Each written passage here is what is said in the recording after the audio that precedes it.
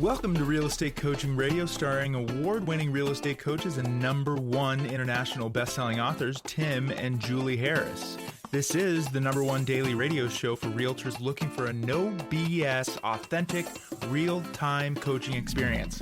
What's really working in today's market, how to generate more leads, make more money, and have more time for what you love in your life. And now your hosts, Tim and Julie Harris.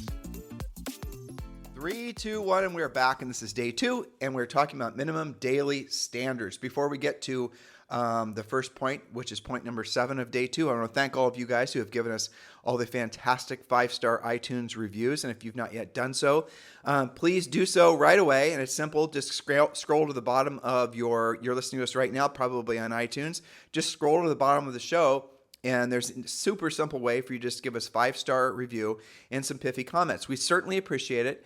And in the nature of the fact that, it is our birthday month, Julie and I now have a combined age of, what is it? Oh, we don't talk about that, but it is our birthday month. Our combined age is now well over 100. Is that right? Yeah, 104. Yeah. Well, so help us celebrate our combined age of 104 by giving us a 5-star review and a pithy comment. We certainly appreciate you helping to keep this the #1 listened to daily podcast for real estate professionals in at least the United States. Speaking of reviews, we've been getting some really great reviews from international folks, and some of them are in languages. The reviews they say 5-star, it's 5-star reviews, and then they're giving the review in a language I can't read, but that's great too. And we got some great reviews from England, Ireland, things like that. So for all of our international listeners, thank you for continuing to help this be the #1 listened to daily podcast, downloaded podcast in at least the United States. Now let's work on your country. Help us get the word out. That's right, and we can read 5 stars, so we got that part. That's right. We so can read 5 stars, but we cannot read Arabic. No, we cannot, so help us out there. All right, so this is part 2 of your daily minimum standards, the rules by which you run your schedule for success. So remember that your #1 job as a real estate salesperson is to generate new listing and sometimes buyer leads every day. As such, your daily schedule must reflect this. Consistent lead generation equals consistent closings, i.e. consistent profitability for you. End the feast and famine by prioritizing the proactive pursuit of new business. Now, anything else that you're working on, with the exception of preparing for a listing presentation, putting a buyer in contract, or going on a listing presentation, is secondary. Now, let's do round back to really what we talked about in the first show, just to kind of set up the next few points so you guys are super clear. In real estate, you really only have to be good at a handful of things. And you can make this as complicated and overanalyzed till the cows come home, but at the end of the day, here are the things. Be very, very good at proactively generating. Be very, very good at every single day having the skill set and the mindset to set a pre-qualified listing appointment a day. That really is the ultimate incarnation of a real estate professional, someone that can do that at will, someone who knows with 100% confidence that they can set a pre-qualified listing appointment a day. How do you do that, listeners? Well, of course, you have to learn how to proactively lead generate. You're going to have to learn how to actually be the agent that's willing to do the real work of real estate and speak directly to the sellers who have their hands in the air right now saying, yes, I have a home to sell. Yes, there's a place for social media, and yes, there's a place for marketing and branding. Yes, there's a place for all that, but it comes after you've mastered the art and science of being a proactive lead generator. Number 2, you have to learn how to be a very, very effective pre-qualifier. Why? Because otherwise you're going to find yourself working with a bunch of unmotivated people, and you're going to lose too much time, energy, and effort, and you're going to start to doubt yourself. Number 3, you have to learn how to present. What does presenting mean? All presenting means is, in essence, is asking questions. There's no, you're not interrogating people. There's no high pressure closes, or there's no sleight of hand. All it is asking questions. If you've pre-qualified them prior to going on the appointment, and you've sent, say, for example, it's a listing appointment, you've sent the pre-listing pack. When you get to the house, it's a 15 to 20 minute listing presentation. There's not a lot involved because they've already gone through the process of, you know what their motivations are. They know what you do because they've seen your pre-listing pack. Then after that, so now that you've, again, it's proactively generation, pre-qualifying, presenting, and then closing. And I'll throw another one on there. Otherwise, Julie will give me the stink eye. You also need to be really good at lead follow-up. And we call it in our book, Harris Rules, our book. In case you haven't gotten that, it's also available in Audible, available everywhere, including your local Barnes & Noble. So again, one of the key things also is furiously fast lead follow-up. So if you get really good at proactively lead generating, really good at pre-qualifying, really good at presenting, and really good at closing. And closing is just the natural end to it's just essentially the organic end, to use modern parlance, to a normal listing presentation where you've asked a bunch of questions and the obvious answer is that they're going to list the house with you. No stress when you follow our process. And then you also have to be incredibly efficient at, furiously fast lead follow-up. Now, here's the thing. You are 100% correct. Remember, I remember that list chronologically because you just presented a whole lot, and if they weren't writing fast enough, they might have missed something. So the most important thing is generating the lead in the first place, because the next things are furiously fast lead follow-up. You got a lead, you got to follow up on it, and the reason that that's on the list is if you are bad at that, you can lose that opportunity. Of course, there's no follow-up if you're calling them proactively to set the appointment. This is if the lead came to you, Right. You text, email, whatever.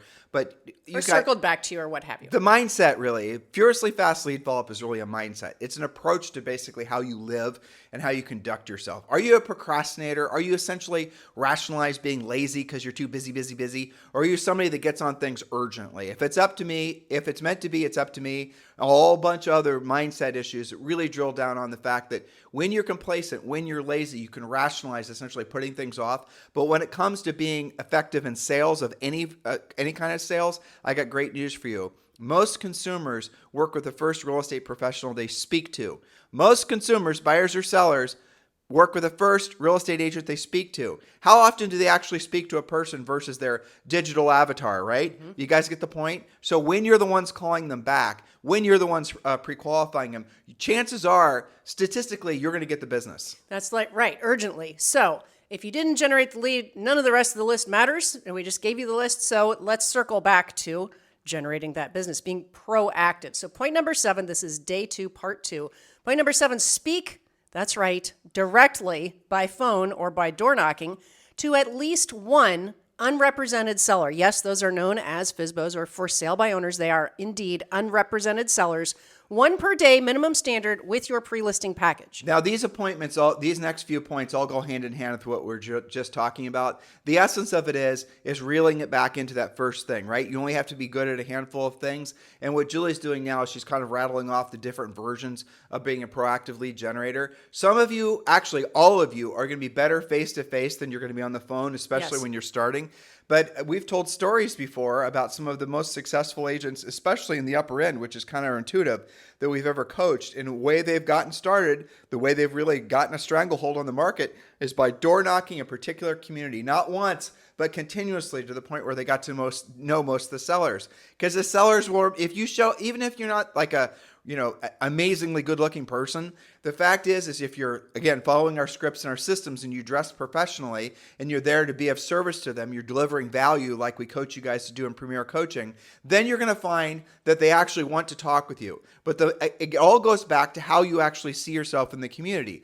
Do you see yourself as some sort of leech or some sort of like all these words when I say salesperson? Julie and I call you salespeople intentionally because some of you want to run from the word. Well, here's a little mindset secret from you. The faster you run from calling yourself and thinking of yourself as a salesperson, the less money you're going to make. The most successful people in the history of humanity, men, women, does not matter, going back to day one, have always been salespeople. And I don't care if you're a religious leader, if you're a musician, if you're a dare I say politician, it does not matter. The most successful people forever have always known the importance of having sales skills. That is the most critical thing. Guys, you can have the world's best product, but if you don't know how to sell it, then you're not going to sell any of your product. You can have a mediocre product, but you're really good at selling it, and you're going to make a fortune. Do you guys conceptually understand what we're saying here?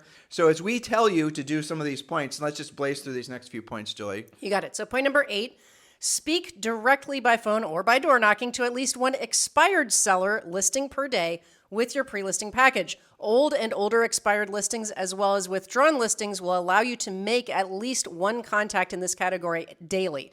Don't pretend there aren't enough leads with regards to expireds. Now, if you are in a situation where there are few and far between, or if you're living in some rural area, then obviously lean into the phone. We're trying to, help you guys understand the importance of being face-to-face talking with people.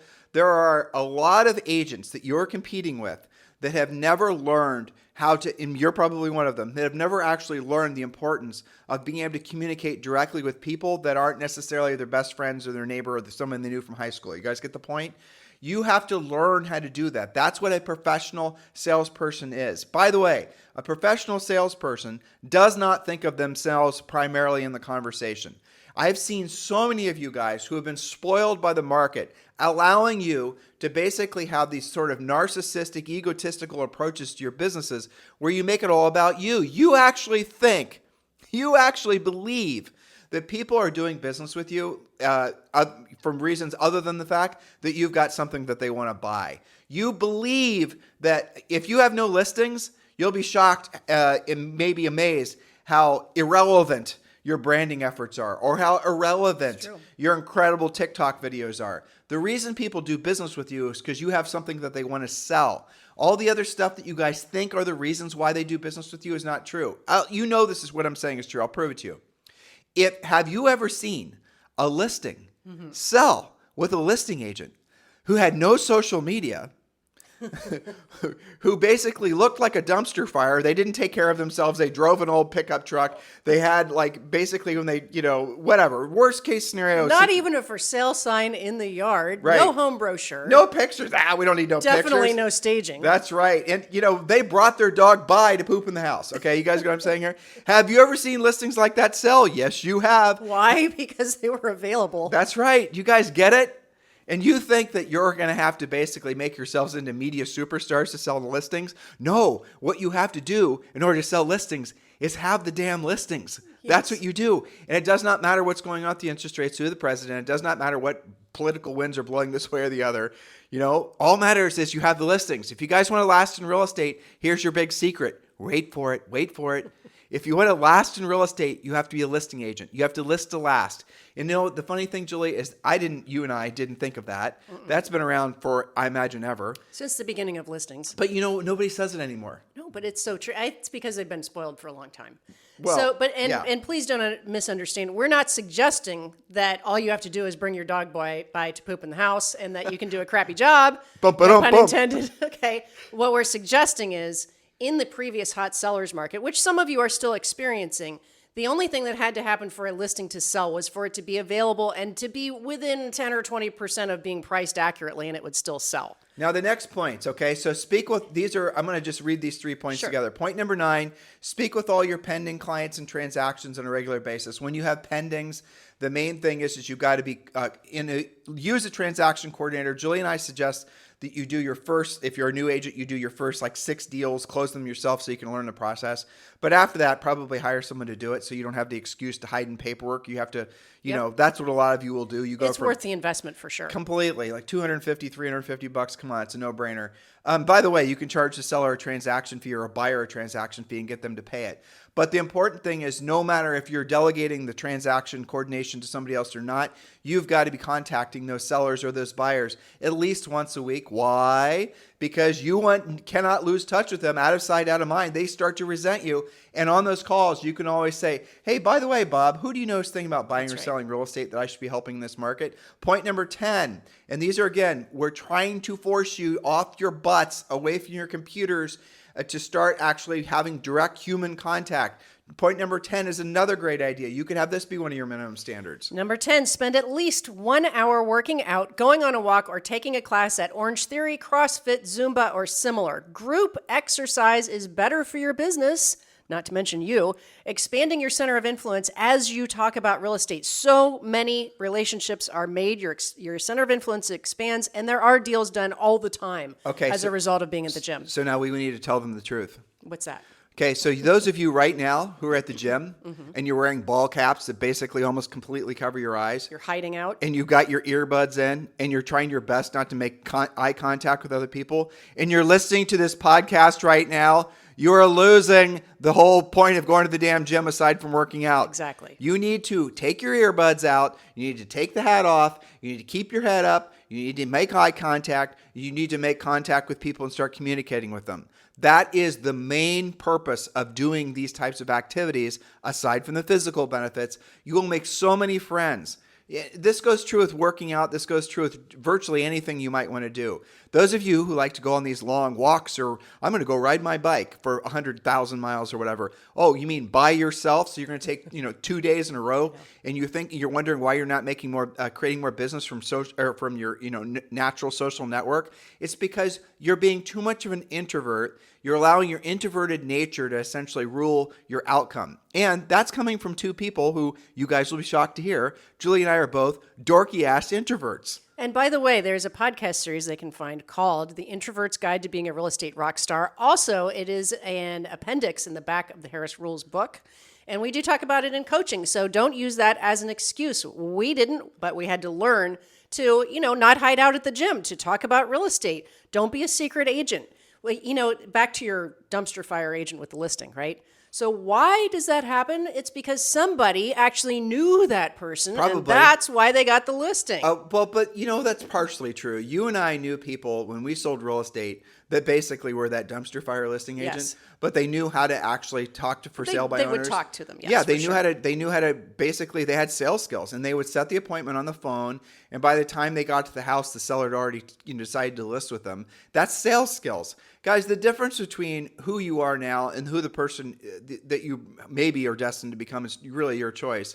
It's extraordinary. It's only on the other side of a bunch of skills, but the skills are not that hard to learn. And what you guys have been seduced into believing is that you can just buy your way to real estate success. And on your way to buying yourself to real estate success, you're going to fake with your imagery that you're already successful. In other words, you believe that you can actually buy yourself a reputation.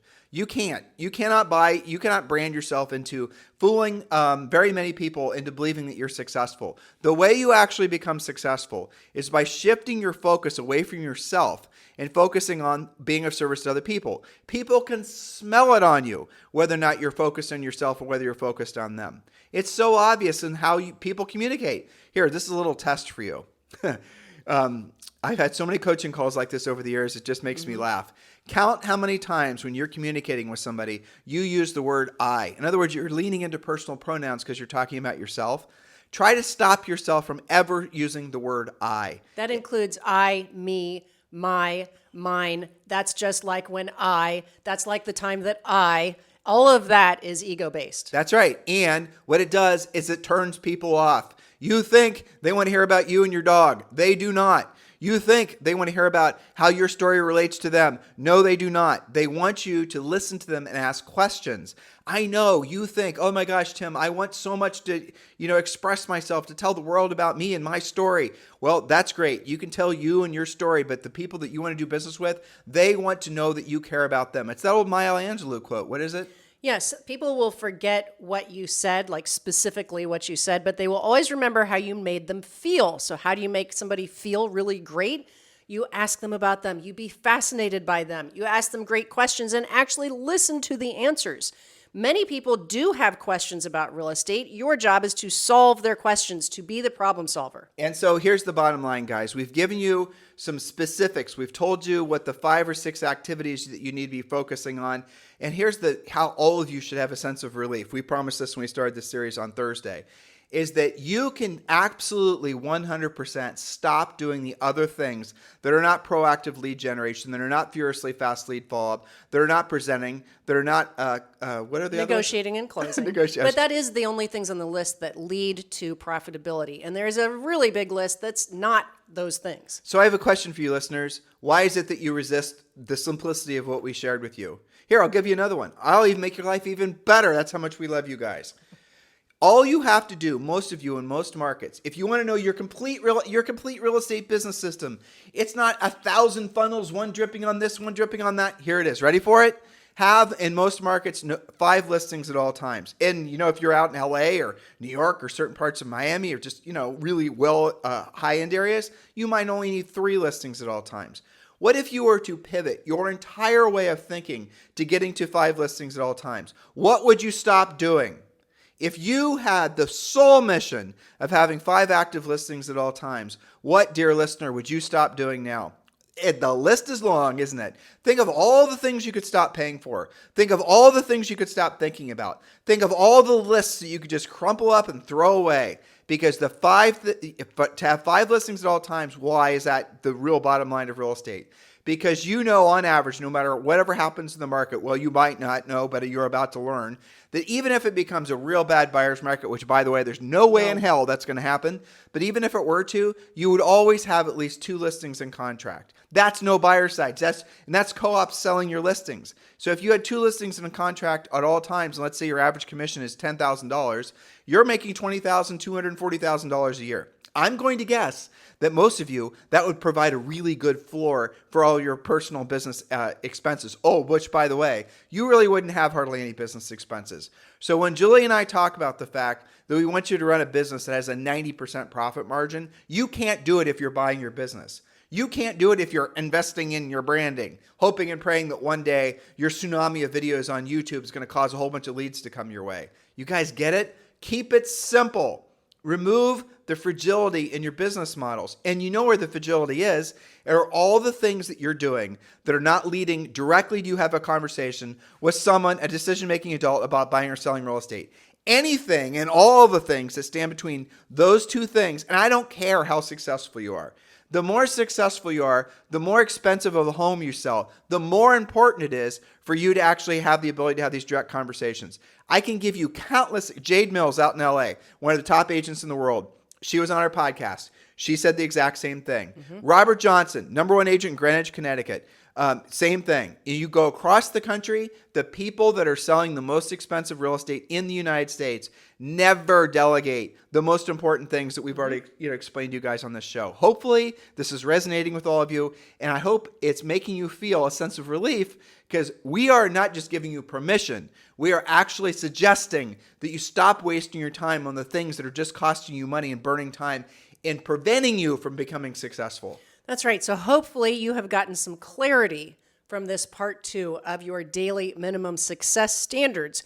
It's not a huge list, is it? It's really purifying your day, your actions. You gave some great examples of agents that are super clear on that. They have a fantastic net to them.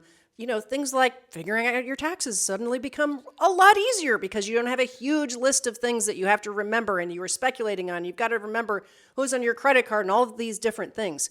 Fewer things, not more things, but the right things. Because guess what? How many leads do you think it takes to take 5 really great listings? Well, you're going to get on a whole different tangent, but you are bringing up such a good point. I mean, a lot of you believe, and I've seen this before, we've been at events before, where it's almost a contest to how many people you have in your CRM that you're dripping on, because you actually believe that's how you win the game. Here, Again, big secret, ready? The most successful salespeople of any variety on planet Earth have the fewest number of leads. Why? Because they're really damn good at pre-qualifying them. The quality of those leads is better. You guys, look, it's again a chapter in our best-selling book, Harris Rules, right? If you generate, you do not have to tolerate. The reason that you have to tolerate the mediocrity of your existing businesses for the most part and the stress you have is because you do not generate. You do not generate enough high quality leads. And when you do have one that shows up in your life, you don't actually know how to fully pre-qualify them to find out essentially what their time frame is, their motivation is. There's so many different nuanced approaches to that. Once you realize that it is something that you can do, you can learn these skills, you will feel so much more in control and so much more powerful. Every time, and we have emails from all of you guys like this, every time you get some ding-dong email trying to sell you something, you get to laugh at it. Or somebody cold calls you and trying to sell you some, oh, hey, Julie. I mean, Julie gets these all the time. Actually, most of them stop calling, right? The email goes, hey, Julie, are you taking any seller referrals in your area? I know, or even worse, that passively they text me. Oh, I know, which is illegal, by the way. I know. Well, it is interesting. Some of our coaching members copy, cut, and paste their responses to some of those texts where they see how long they can keep it going, and they say, "Why? Tell me more about these leads," and then they end it by saying, "No, I actually have all the listings I can handle right now. Thank you very much." And then the text goes away. Right. And those of you who have unfortunately fallen prey to some of these little schemes, guess what? They're selling that lead to a billion other agents. Not just you. Not just you. And who's to say that lead was really worth anything? Guys, the insanity of what has happened, what's transpired over the last 15 years because of this booming seller's market is all coming to an end. As Julie and I predicted 2 years ago, all of these companies that got into business for the sole purpose of selling you guys leads are all being eviscerated right now because the nature of the business has changed. Good. That's the answer. Good. Because guess what? They have absolutely positively made it so that so many of you needlessly struggle. You have got to realize that this market is your market. This is the market you've been hoping and praying for. Why? Because you can dominate based on your skill set. You can dominate based on your mindset of being of service to other people. That should be exciting to all of you. So listen, guys, thank you for continuing to keep this the number one listened to daily podcast for real estate professionals in at least the United States. We are starting a new series tomorrow, and we are very excited about it. Julie did a kick-ass job on these notes. It's all about negotiating, which has become frankly, an enormous challenge in this market. Yes, something new for many of them, and something a little bit intimidating, a little bit scary, especially because virtually every deal that you're going to do over the next 6 months to a year is going to be different every time. Some of them are going to be competitive. That's still going on. Some of them are going to be on some listing that's had way too many days on the market for whatever reason. That's a different case scenario. And others of them, you're going to feel like you came in strong and then you're going to get hit with a counter. So all of these different negotiating things, and I have to say that runs the gamut from the newbie who's never negotiated anything before, all the way up through the grizzled veteran who might be a fish out of water in a different neighborhood, a different price range, a different type of home, or different type of sale. So this podcast series is designed for all of you. That's right. So we're starting on that tomorrow. In the meantime, please do give us a belated birthday present. Give us a 5-star review on iTunes and a pithy comment. We really sincerely do appreciate it. We read all the comments. I think we've got over 600 5-star reviews on iTunes. I think we have like 700 5-star reviews for our books over on Amazon. Honestly, guys, it means a ton for Julie and I to read your direct comments on how we're on track with helping you. The ones I love the most are the ones where you guys are saying, I listened to Tim and Julie for 2 or 3 years, and though I kind of listened to them, I didn't really do what the hell they said. And then, sure enough, the marketing and branding stuff never actually played out. And then I one day I convinced myself. There's comments like this. You guys go read it. One day I took my blinders off and I saw to the left and the right of me as I was driving to Starbucks there was a FSBO, and I went and knocked on the door, and guess what? I just took a listing. I'm going to make like $15,000 when it sells. And they were really nice to me. Right. Yeah. And no, they didn't even know I had spent any money on marketing and branding. Yeah. I just did what Tim and Julie said. I love those because that tells us we're on mission. I certainly appreciate you guys keeping this number one listen to daily podcast for real estate professionals in at least the United States, and maybe we're going international. You guys have a fantastic day. We'll talk to you on the show tomorrow. This podcast is a part of the C-Suite Radio Network. For more top business podcasts, visit c-suiteradio.com.